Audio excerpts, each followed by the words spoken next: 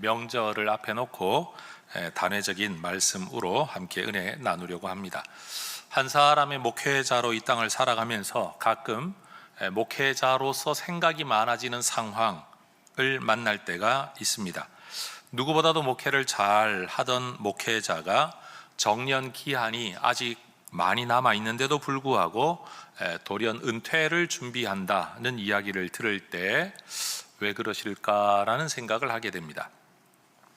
모든 사람에게 믿음을 일깨우고 감동을 끼치던 탁월한 설교자가 어느 날 목사들끼리의 교제 가운데 나 요즘 설교하기 싫어 라고 말씀을 할 때 또 생각하게 됩니다. 왜 그러실까?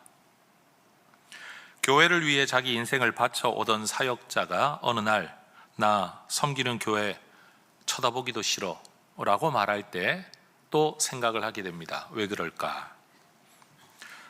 누구보다도 열정적으로 사역하시던 목사님이 당회를 마친 그날 밤 목양실에서 시신으로 발견되었다라는 실제 기사를 접하게 될 때 생각이 많아집니다. 또 심지어 목회자가 스스로 목숨을 끊었다는 이야기를 들을 때도 또 생각이 많아집니다. 왜 그럴까? 여러분, 교회를 다니는 분들이라면 이럴 때 나름대로 뭔가 대답을 하고 싶어서 어떤 생각들을 하시게 될 겁니다. 교회 안에서 가장 쉽게 나오는 대답이 그런 거죠. 기도 안 해서 그래, 믿음 떨어져서 그래, 은혜가 떨어져서 그래, 사명감이 떨어져서 그래, 마귀 시험에 빠져서 그래, 사람이 변했나 보지 라고 대답할 때가 있습니다. 그런데 여러분, 삶이라는 게 참 복잡해서 사람의 마음이라는 것도 우리가 잘 헤아리지 못할 때가 많습니다. 남의 속이나 상황을 모르고 함부로 대답하는 것, 말하는 것, 우리 예수 믿는 사람들이 참 주의해야 될 일인 것 같습니다. 교회 생활 하다가 보면 우리가 이 교회에 익숙하고 교회에서 행하는 말들에 익숙하게 되어서 뭔가 자꾸 예수 믿는 사람들은 누군가에게 답을 줘야만 된다는 강박관념이 있는 것 같아요. 목사인 저도 마찬가지입니다. 성도들이 어느 날 무슨 문제를 가지고 오면 그냥 그러시군요, 힘드시군요 라고 끝내면 좋은데 그 뒤에 꼭 무슨 정답을 줘야만 될 것 같은 나도 모르는 강박관념을 가질 때가 있습니다. 하나님도 모르고 하나님의 모든 마음을 다 헤아리지도 못하는 제가 마치 하나님의 뜻은 이것이다 라고 말해야만 될 것 같은 마음의 부담들, 우리 교회를 다니는 분들, 특별히 우리 혜성의 가족들도 여러분 그런 유혹에 넘어가지 마시고 모르면 모르겠다, 나도 참 힘들다라고 말할 줄 아는 그것이 진짜 신앙인의 겸손이라고 생각을 합니다. 따라하십시다. 나도 다 알지 못합니다. 그런 말이 우리에게 필요한 것 같습니다. 그런데 오늘 우리가 읽은 본문을 보면 위대한 선지자였던 엘리야에게서도 좀 이해하기 힘든 모습을 우리는 보게 됩니다. 아합이라는 불신앙의 왕 앞에 당당히 하나님의 말씀을 선포했던 그가, 말 그대로 기도 한마디로 하나님의 능력을 우리에게 보여주었던 그가 지금 뭔가 좀 이상한 모습을 보여줍니다. 여러분, 엘리야가 얼마나 대단한 사람입니까? 열왕기상 18장 37절과 8절을 보면 그가 기도 한번 하면 물리적인 불이 하늘에서부터 땅으로 내리 떨어집니다. 얼마나 사람들이 놀라워했겠습니까?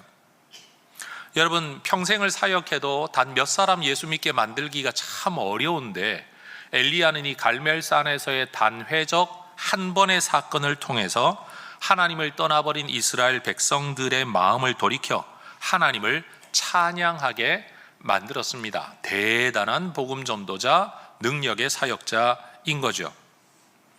자기 혼자서 850명의 이방 선지자들과 맞서겠다는 이 용기도 정말 대단하지만 그 결과적으로 850명의 이 우상 선지자들을 이스라엘 땅에서 제거하는 일을 행한 사람이 바로 엘리야입니다. 뿐만 아니라 그의 기도를 통해서 3년 6개월 동안이나 비가 오지 않았었는데 갑자기 폭우가 쏟아지기 시작합니다. 믿음의 사람입니다. 여러분, 엘리야가 자기가 제안했던 이 갈멜산에서의 사건의 결과에 따라 이스라엘의 영적 흐름이 완전히 바뀔 수도 있다는 사실을 그는 잘 알고 있었을 겁니다. 하나님에 대한 믿음을 가지고 이 일을 시작하긴 했지만 이 일의 결과에 의해서 어쩌면 내가 죽을 수도 있다는 자기의 목숨을 내어놓은 각오를 해야만 했을 겁니다.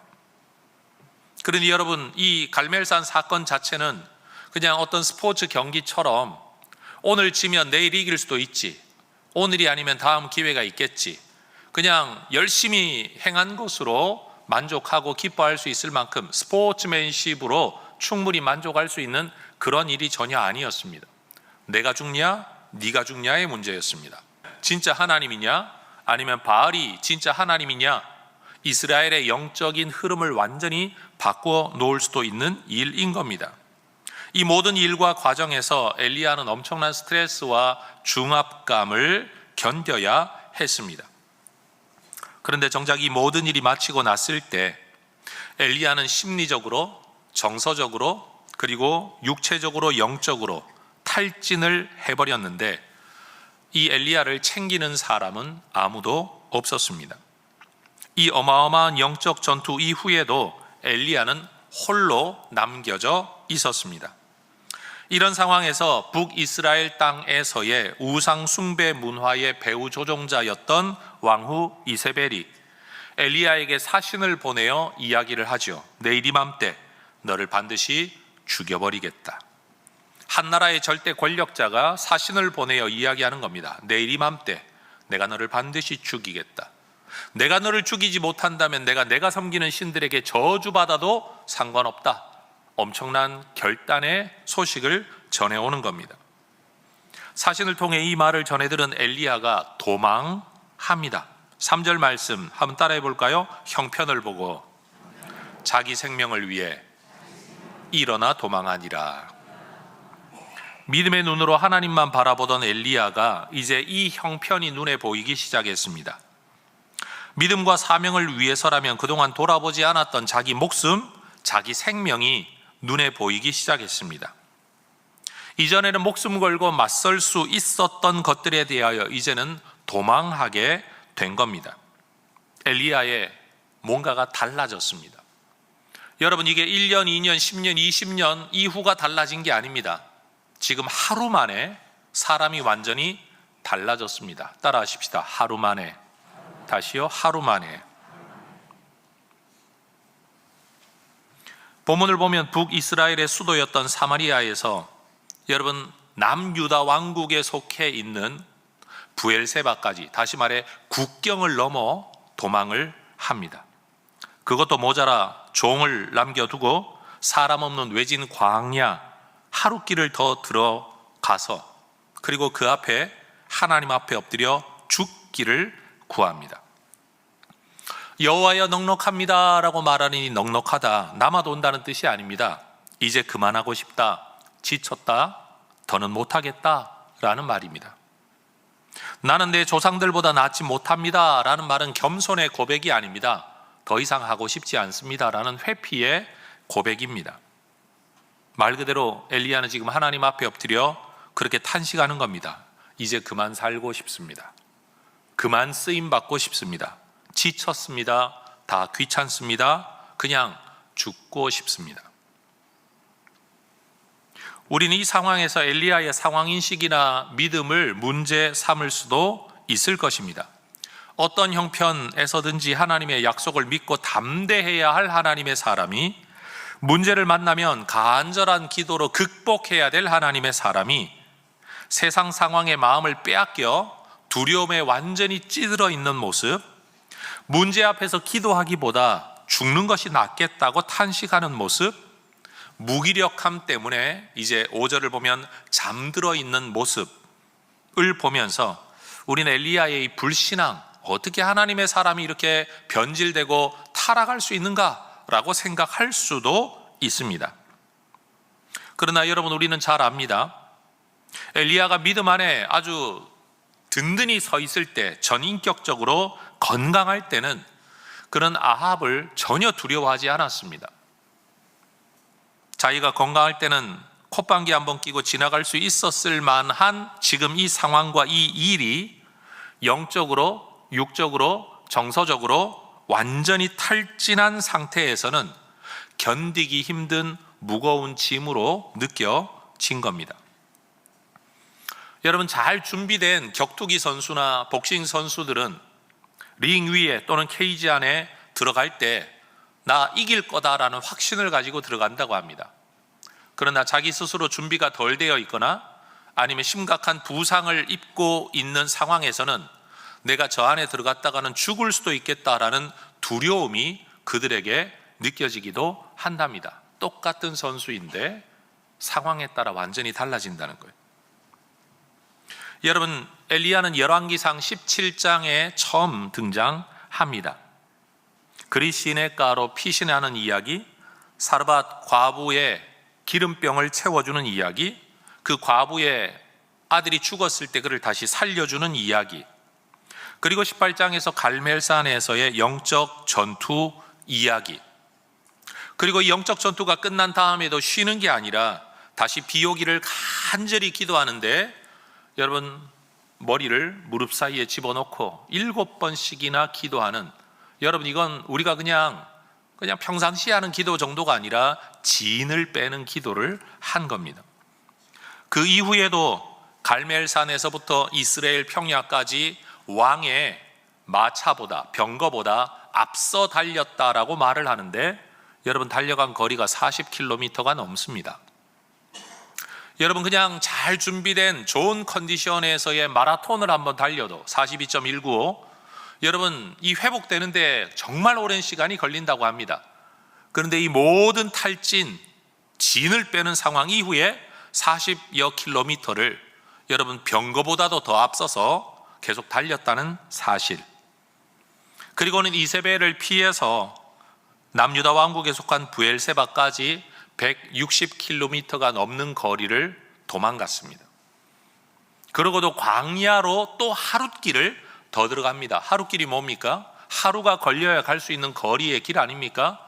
지금 엘리야가 움직이고 있는 이 모든 동선과 엘리야가 살았던 삶의 상황을 생각해 보면 여러분, 지금 엘리야는 절대 건강한 정상적 일상적 상태가 아니라는 걸 우리는 알 수 있습니다. 거기에서 그는 로뎀나무 아래에 앉아 하나님 앞에 죽게 해달라고 기도하고 있는 겁니다. 영적으로, 정서적으로, 심리적으로, 육체적으로 탈진해버린 그에게서 총체적인 의욕 상실과 무기력감, 흔히 우리가 우울증이라고 말할 수 있는 상황을 엘리야가 겪고 있는 겁니다. 여러분, 위대한 하나님의 사람도, 대단한 능력을 가진 선지자도 내면이 허물어지면, 육체적으로 탈진하게 되면 이런 상황을 만날 수 있습니다. 여러분, 육체적인 탈진은 별것 아닌 것 같지만 여러분, 이건 정말로 심각한 영적인 문제를 가지고 올 수 있습니다. 위대한 사역자도 이러한 무기력증, 우울증을 가질 수 있다는 거예요.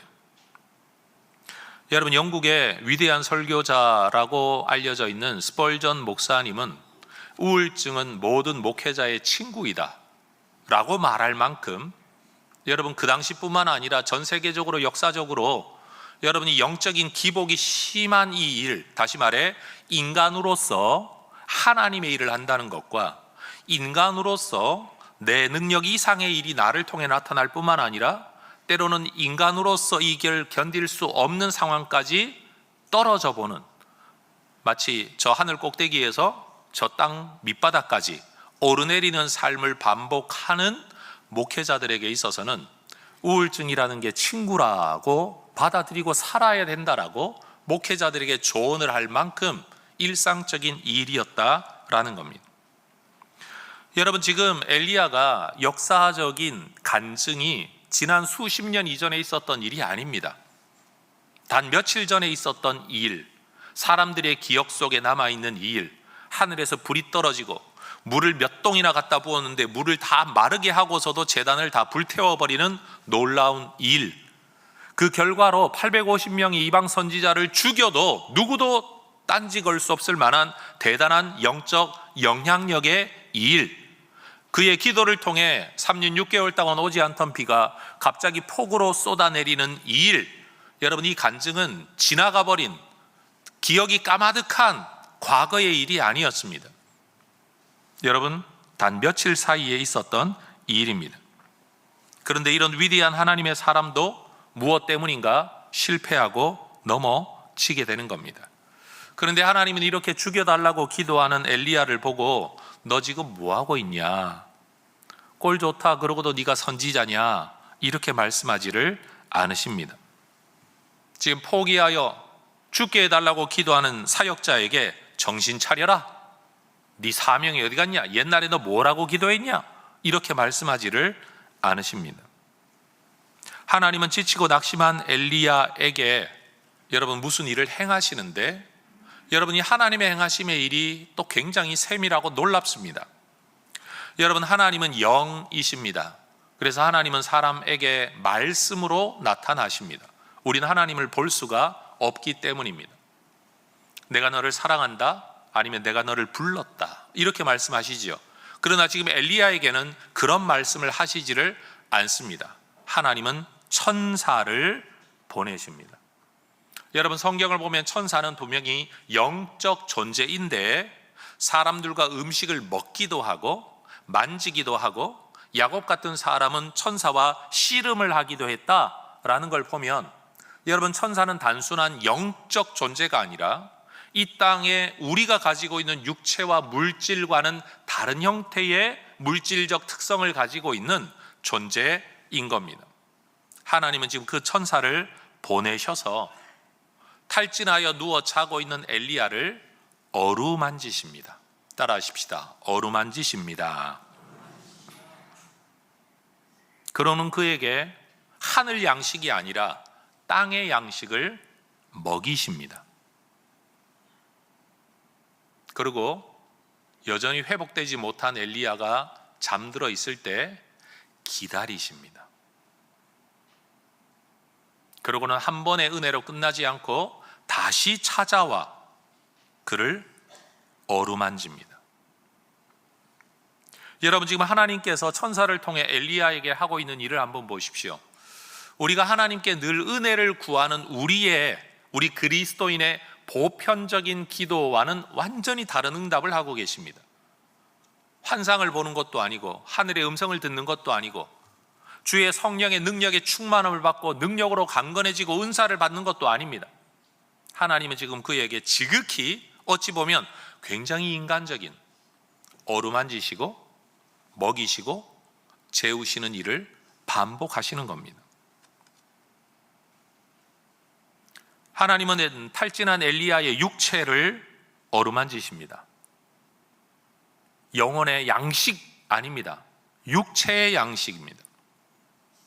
하늘 영광을 보게 하도록 셋째 하늘에 데리고 가는 게 아니었습니다. 잠들어 있는 그를 어루만지시는 겁니다. 영적인 사람, 믿음의 사람들에게 여러분, 기도와 말씀, 때로는 영적인 체험만이 중요한 게 아닙니다. 그런 것들이 우리의 믿음을 고양시켜 줄 때가 분명히 있습니다. 그러나 여러분, 스킨십을 통한 위로, 다시 어루만짐, 육체의 휴식, 눕고 자는 것, 그리고 육체의 음식, 떡과 물이 지금 이 위대한 사람을 일으키고 있습니다. 아마 책망 없이 그 곁을 가만히 지켜주는 천사를 통해 엘리야는 영적인 위로를 얻었을 것 같습니다. 하나님의 임재가 나의 모든 낱낱의 연약함을 드러내게 만들고 그 연약함 앞에 나는 너무나도 부끄럽고 너무나도 죄스러운 마음 우리가 가질 수 있잖아요. 그런데 엘리야는 자기의 연약함, 죽여주세요 라고 말하고 기도하고 있는 그 앞에 와 있는 천사 앞에 자기의 연약함에 대한 어떤 자각이 아니라 오히려 혼자가 아니라는 사실, 하나님이 여전히 나를 붙들고 계시고 지키고 계시다는 사실에 은혜를 누렸을 것 같습니다. 여러분, 하늘의 음성이나 환상이나 능력 또는 대단한 기도의 응답이 우리 모든 그리스도인의 유일한 해답, 반드시 필요한 해답은 아닐 수 있습니다. 여러분, 무지한 사람에게는 가르침과 깨우침이 해답이 될 수 있습니다. 생각이 혼란스러운 사람에게는 잘 정돈된 표현이 해답이 될 수 있습니다. 그러나 마음이 허물어진 사람에게는 논리가 해답이 되지 않을 때가 많습니다. 돈도 있고 명예도 있고 지위도 있고 모든 것을 가지고 있는데도 나 혼자다라고 느껴지는 어떤 때 옆에 누군가가 말로 야 너는 네 친구도 있고 부모도 있고 자식도 있고 돈도 있고 일도 있고 다 있는데 왜 그래? 라고 말한다고 해서 여러분 그 사람의 마음이 회복되는 건 아닙니다.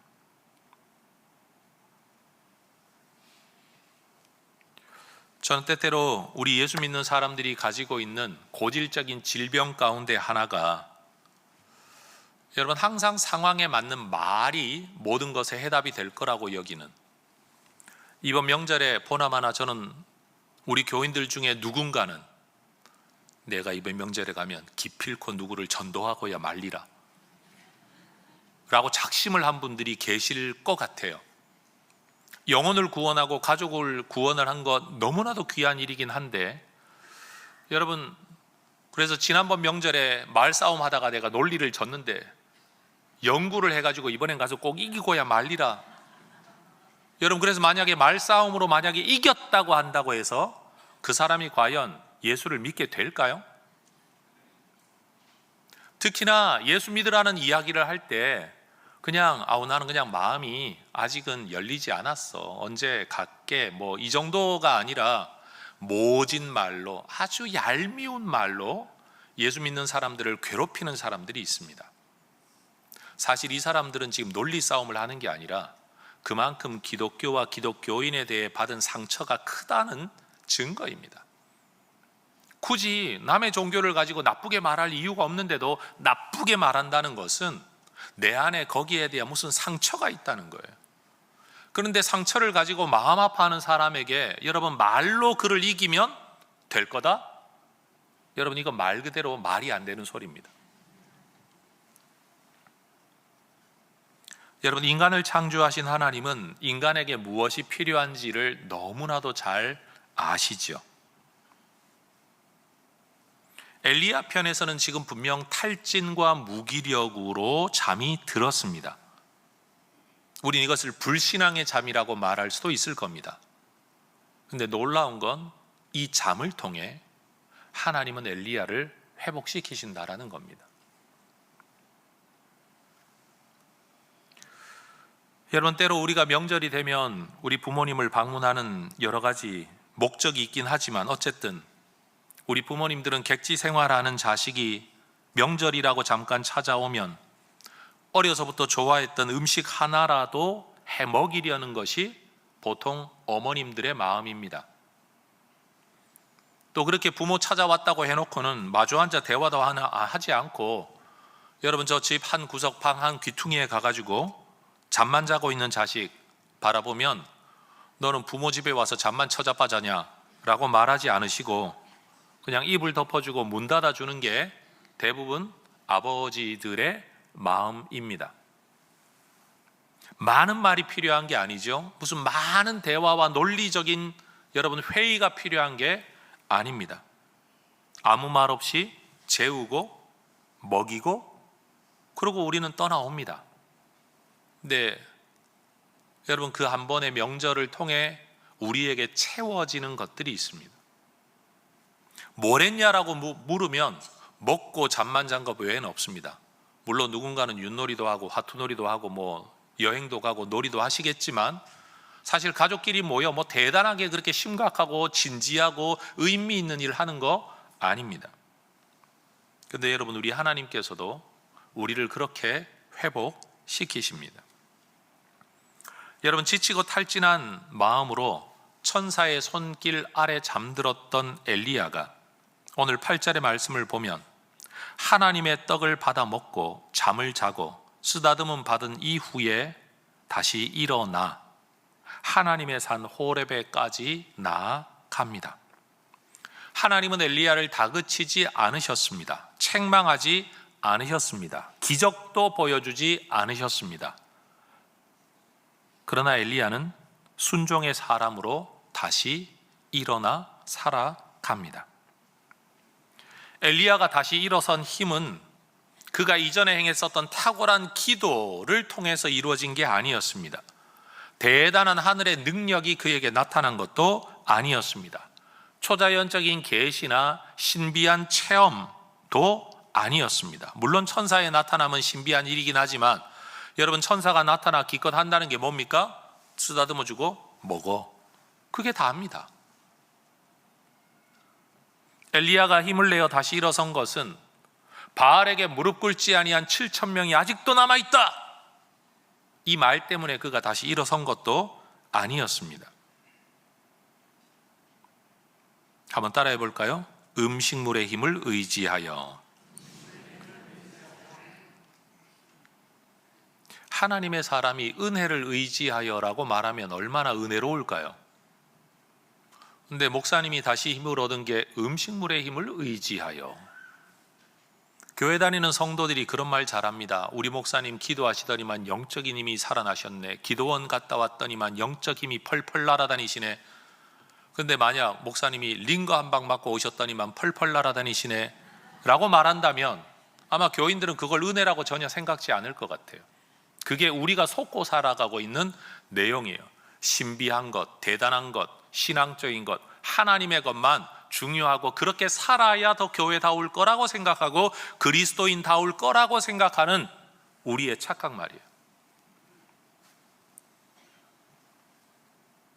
하나님은 엘리야에게 사명의 각성보다도 더 먼저 그의 필요를 채우셨습니다.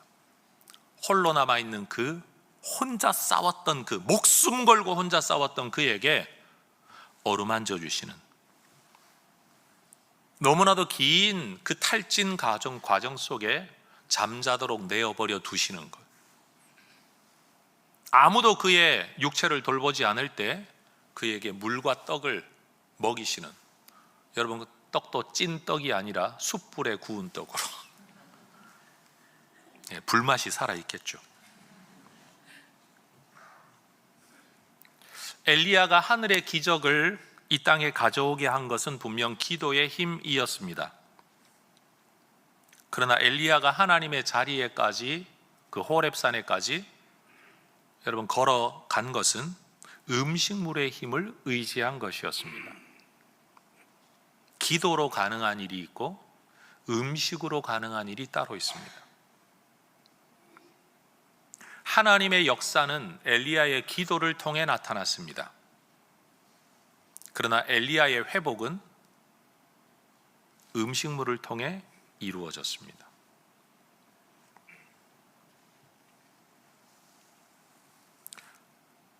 여러분, 인생의 삶이라는 것이 육체의 것과 세상의 것만으로 채워지는 것은 분명히 아닙니다.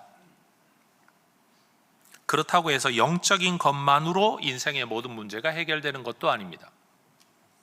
주님이 말씀하시기를 사람이 떡으로만 사는 게 아니다 라고 말씀하실 때는 떡은 필요 없다가 아니잖아요. 떡이 필요한데 떡만 가지고는 부족하다는 거지, 떡이 불필요하다는 말씀을 하신 건 절대 아닌 겁니다. 다시 말해 하나님이 우리에게 주시는 말씀은 뭐냐? 사람은 떡만으로 살면 뭔가가 빠진다. 떡 없이 영적인 것만으로도 살 수도 없다. 떡과 하늘의 만나, 세상의 양식과 하늘의 양식이 너희에게 있어야 너희가 진짜 이 땅을 살아가는 하나님의 백성다운 삶을 살아갈 수가 있다라는 겁니다. 여러분, 예수님도 기껏해야 공생에 3년 아닙니까? 누군가가 그렇게 말을 해요. 3년쯤이면 나도 예수님처럼 살 수 있겠다.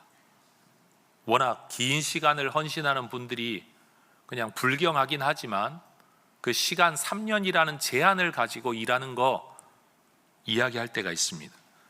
그런데 예수님은 그 3년을 사역하시는 중에도 죽도록 일만 하시지 않았습니다.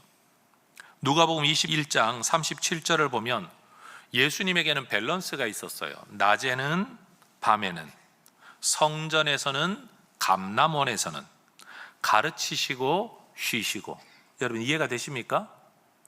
예수님은 낮에는 일하는 시간으로 밤에는 쉬는 시간으로, 성전은 일하는 곳으로 감람원은 쉬는 곳으로, 가르치는 일과 함께 쉬는 일이 예수님에게는 밸런스가 있었다라는 겁니다. 그리고 제자들에게도 명령하셨죠. 쉬어라, 쉬어라. 그런데 일하다가 잠깐 그 자리에 앉아 쉬어라고 말씀하지 않으시고 따로 한적한 곳에 가서 쉬라고 말씀하십니다. 일하는 자리를 떠나야만 진짜 쉼이 된다는 것을 예수님이 알고 계셨던 겁니다. 저는 우리 성도님들께 그런 부탁 드리고 싶어요. 선교사님들께서 가끔 어떤 이유 때문에 한국을 방문하시면 정말 생각 없는 성도들이 그런 말 할 때가 있어요. 또 나오셨네요? 또 나오셨네요. 언제 들어가세요? 그냥 인사말로 하기는 하는데 사실은 너 여기 있으면 안 되잖아. 빨리 돌아가. 네 자리는 거기잖아. 라고 말하는 것처럼 느껴진다는 거죠. 특히 휴가 나온 애들한테 아주 모진 인사가 그거죠. 언제 귀대하니? 언제 복귀하니? 또 나왔네? 뭐 이런 말들이. 그런데 여러분, 자기가 일하는 곳을 완전히 떠나야 사실은 쉼이 됩니다. 선교사님들이 선교지 안에 어디에 가 있더라도요, 다 사역입니다. 긴장 상태입니다. 떠나야만 쉼이 됩니다. 그건 우리도 마찬가지예요. 그냥 일을 하다가 잠깐 앉아 쉬는 정도의 쉼도 있을 수 있지만 우리 주님은 따로 한적한 곳에 가서 쉬라고 말씀하십니다. 계속 쉬는 것 말고 잠깐 쉬어라. 다시 돌아오려면 떠날 수 있어야 되고 떠나야만 쉼이 가능하다는 것을 예수님께서 직접 말씀하셨습니다. 여러분, 이번 명절이 그런 기회가 되실 수 있기를 축복합니다. 물론 명절이 되면 남다르게 일해야 하실 분들이 분명히 계실 겁니다. 고되죠. 뭐라고 어떻게 할 수가 대신 해드릴 수가 없네요. 죄송합니다. 그런데 여러분, 그럼에도 불구하고 뭔가 그 자체가 육체적으로는 일을 하지만 마음으로 쉼이 되든지 내 삶의 자리에서 떠나 다른 삶의 자리에서의 누림이 되든지 아니면 이게 진짜 일이라고 한다면 그 일을 마치고 돌아와서라도 잠깐 쉬시든지, 여러분 이번 명절이 빨간 날이 출근하시는 분들도 계시겠지만 그나마 대부분의 분들에게 조금의 쉼이 되실 수 있으면 좋겠습니다.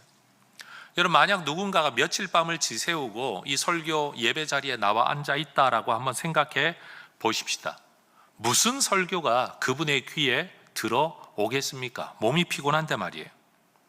여러분, 은혜로운 예배를 위해서는 최소한의 조건이 채워져야 됩니다. 토요일 밤 잘 주무셔야 주일 예배가 은혜롭습니다. 따라 하십시다. 주일 예배 준비는 토요일부터 해야 됩니다. 그래요. 너무 늦게까지 놀지 말아야 되고 야식 드시면 잠이 어설퍼져서 주일이 헤매게 되고요. 여러분, 주일 준비하려면 토요일 밤 일찍 주무셔야 됩니다. 몸이 피곤하고 졸리는 데는 장사가 없습니다. 그리고 여러분, 예배 나올 때 싸우지 말고 나오셔야 됩니다. 마음 상하면 애꿎은데 화풀이 합니다. 그리고 애꿎은데 화풀이 하는 일은 언제나 실수가 됩니다. 싸워야 될 일이 있거들랑 우리 일단 예배 마치고 싸우자라고 잠시 휴전 협정이라도 맺으셔야 됩니다. 여러분, 간단하게라도 아침 식사하고 오십시오. 여러분, 지금 짜증나는 이유, 목사님 설교 길다고 투정하는 이유는 여러분이 배가 고파서일지도 모릅니다. 사람의 모든 영적 정서적인 일들이 육체에 연결되어 있다는 사실을 잊지 말아야 됩니다. 몸이 피곤하면요, 아무리 의미 있는 일도 우리에게는 의미 있게 다가오지 않고 귀찮게 여겨질 때가 있습니다. 여러분, 남편들이 과도하게 예민하게 반응을 하든지 짜증이 잘 내든지 아니면 아내들이 너무 민감하게 반응하고 있다면 어쩌면 지금 너무 피곤해서 지쳐 있어서 그럴지도 모릅니다. 여러분, 하나님께서 우리에게 주시는 은혜가 늘 영적인 것만이라는 생각을 벗어나면 좋겠습니다. 따라 하십시다. 어루만지시고 재우시고 먹이시는 하나님. 그래요. 전 하나님께서 하늘에서 엘리야야 힘들지, 고생 많다, 애썼다, 노력했다, 그러면 마음은 좀 채워졌을 것 같아요. 하나님 나를 알아보시는구나. 그런데 하나님은요, 말씀으로만 하지 않으시고 천사를 보내셔서요, 어루만지셨어요. 말 없는 어루만짐이 사람에게 어떤 효력이 있는지 우리는 잘 압니다. 여러분, 명절이 되면 절대 하지 말아야 할 말, 근데 사실 가만 생각해 보면 오랜만에 만나서 던질 수 있는 질문이 그거밖에 없어요. 결혼할 때 되었는데 결혼 언제 하냐? 결혼하고 났으면 애 언제 낳을 거냐? 몇 명 낳을 거냐? 취직 준비하고 있으면 준비는 잘 돼가고 있냐? 취직했으면 연봉은 얼마나 받냐?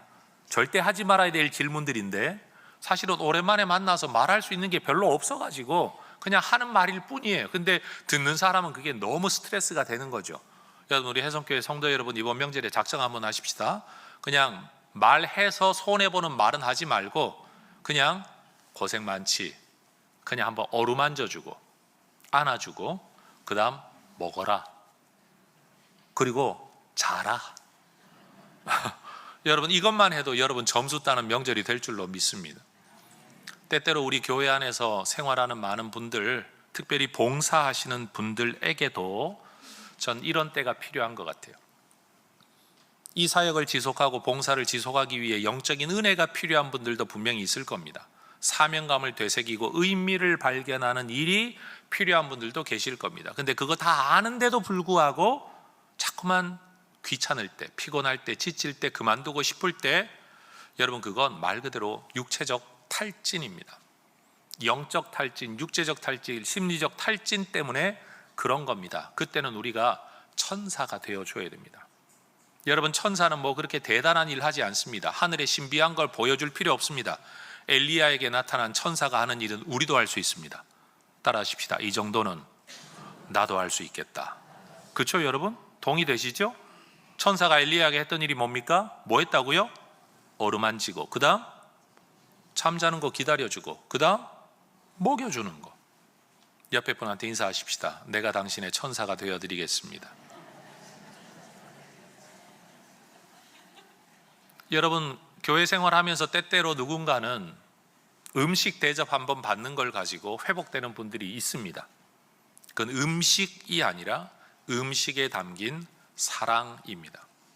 특별히 혼자 지내는 청년들, 학생들, 어른들, 여러분, 이런 분들 입장에서는 나를 기억하고 정성 들여 뭔가를 준비하여 나를 먹여준다라는 건 그건 밥 먹는 일이 아닙니다.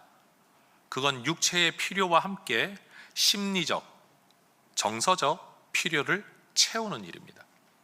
한국 사람들은 이 밥이 너무 중요하잖아요. 소풍을 가도 먹어야 소풍이지, 안 먹는 소풍은 서양 사람들이 하는 소풍이고 우리는 분명히 먹어야 돼요.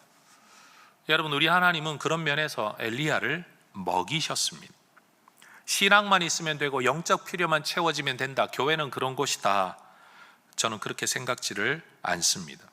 교회도 먹어야 합니다. 일단 먹어야 합니다. 그리고 어루만져야 합니다. 물론 이성을 함부로 손댔다가는 큰일 납니다. 여러분, 그것도 요즘 동성도 조심해야 된다 그래요. 어쨌든 잘 어루만져야 됩니다. 여러분, 신앙은 전인격적이어야 합니다. 왜냐하면 인간 존재가 전인격적이기 때문에 그렇습니다. 그리고 인간의 전인격성은 하나님의 형상 때문에 또 그렇게 만들어진 겁니다. 전인격이신 우리 하나님이 전인격으로 인간을 만드셨고 우리에게 전인격적인 필요를 채워주십니다. 여러분, 엘리야라는 영적인 거인도 탈진을 경험했습니다. 무기력함을 경험했습니다. 그런데 그 영적 거인이 다시 회복되는 방법이 여러분, 기도원의 40일 금식 기도해서가 아니었습니다. 어루만짐, 잠, 음식, 이 세 가지를 통해 영적 거인이 회복되었습니다. 어쩌면 우리도 여러분, 대단한 믿음의 회복이 특별한 하나님과 대면하는 사건, 물론 그것이 필요한 사람도 있겠지만 쉼이 우리를 회복시킬 수도 있습니다. 제가 이번 명절에 부탁드릴게요. 우리 부교역자들한테 대부분 웬만하면 연락하지 마시고, 장례 나는 일 아니거들랑 연락하지 마시고 좀 쉬게 해주시기를 축복합니다. 여러분, 저들에게도 쉼이 필요합니다. 보니까 목회자들도 여러분, 육체가 건강하고 힘이 있어야 여유로워져요. 그리고 여러분처럼 이렇게 까칠한 성도들 요구가 다 다르잖아요. 지금도 누군가는 춥고 누군가는 덥고 그러죠. 예.